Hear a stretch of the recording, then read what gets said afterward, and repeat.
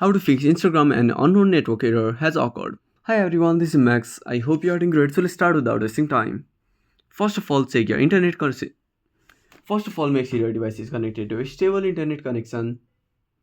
Now head to the Play Store, tap on the search icon and search for Instagram. Now update the Instagram to the latest version and go back to your home screen. Open up Settings application, tap on Apps, go to App Management. Now find Instagram.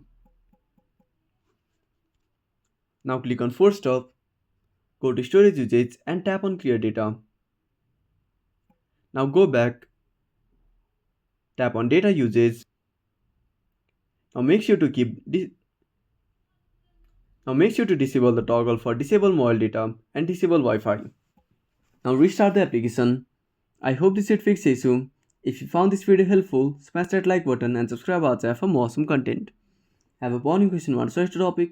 Drop down a comment below. This is Max signing off until next time.